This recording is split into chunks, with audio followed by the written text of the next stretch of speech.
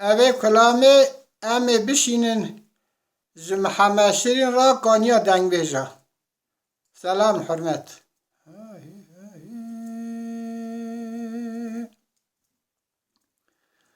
تلان گوهده بسار بنی از ال تخت خریازی دکتم بایزه برفیل الملکت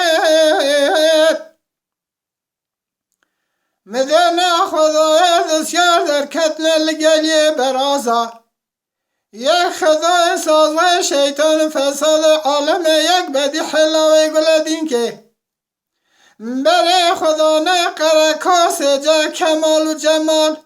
لمارفل دین ایمان خو فراتن در حق فیضا برخ مالا اوسب سیدا ظالمنه خوش خود ذکر دبه فیضا مال به مال ولات سرحد گریا کسی دریه ایلالا الله ونکر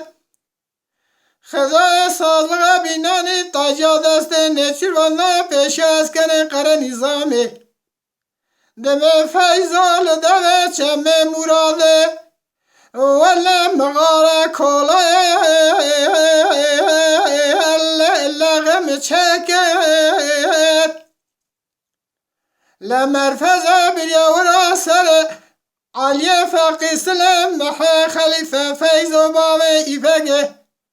بقى صابتر بقى مهل برضا شاكر لدست کوزی کلفته وانگرتم بله واندن کلاموشه لچاب بلنگازی بزلولی لبر دیواره خلقه لست خوخار کرد امده بجن درده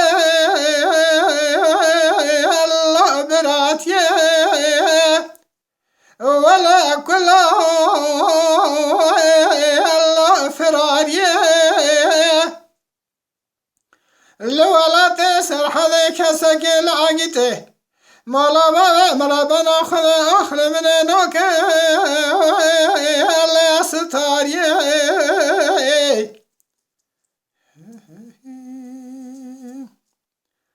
إلى تلا دقات يهدو بصر بني صبيد المجبونة بيا مرابا مرابنا خذي أو قصد بجي الله وذقري ولا كم مال بمالي ولا ذي سرح ذي قريا كسكي ترسار ومدري لبالي لا بنكري لخذا صاد شيطان فساد عالم جبونا قستي لازر لا شاطليا كم بلا لا كجاكري تنيا كم سربفو جمد ولا سرح اخل من